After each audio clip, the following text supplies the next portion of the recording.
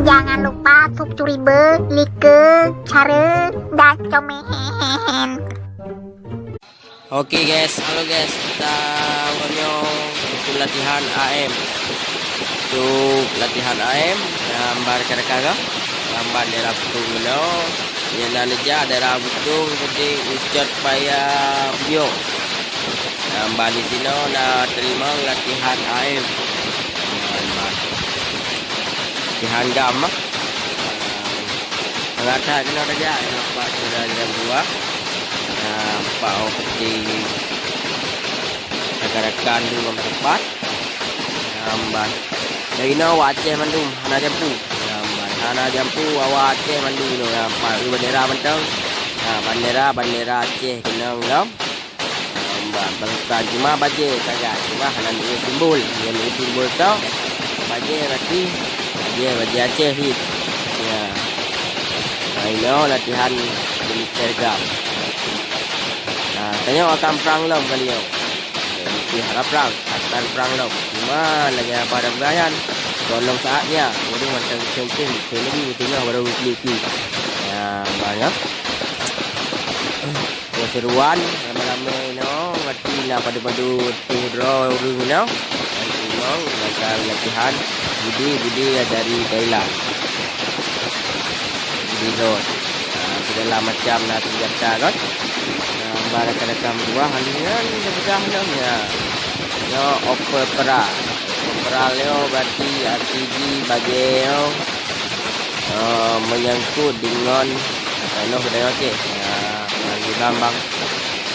Yo aka 7. Ya ambang. Yo aka 7. M16 nah.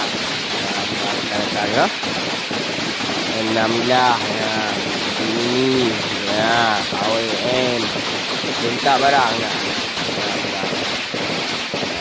yo segala macam latihan ya kita mulai latihannya sejak dari bulan Put Barosa sebelum pemilu ya sebelum Put sebelum pemilu ya yo kena logo lagi yo kira komandan rayu gambar rekan dikira komandan rayu gambar cuman yang bubur iu je awak baru-baru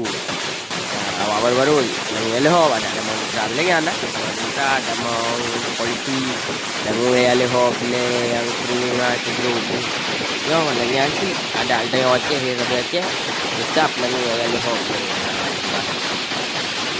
wah ada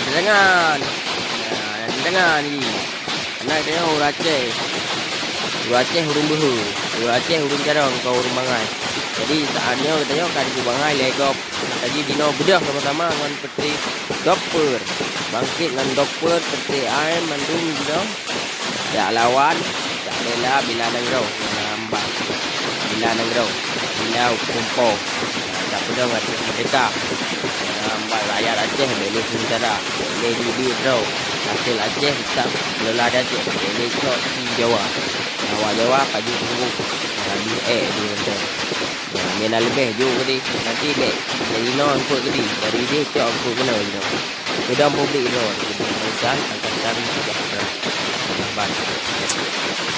yang kira-kira kesimpulan yang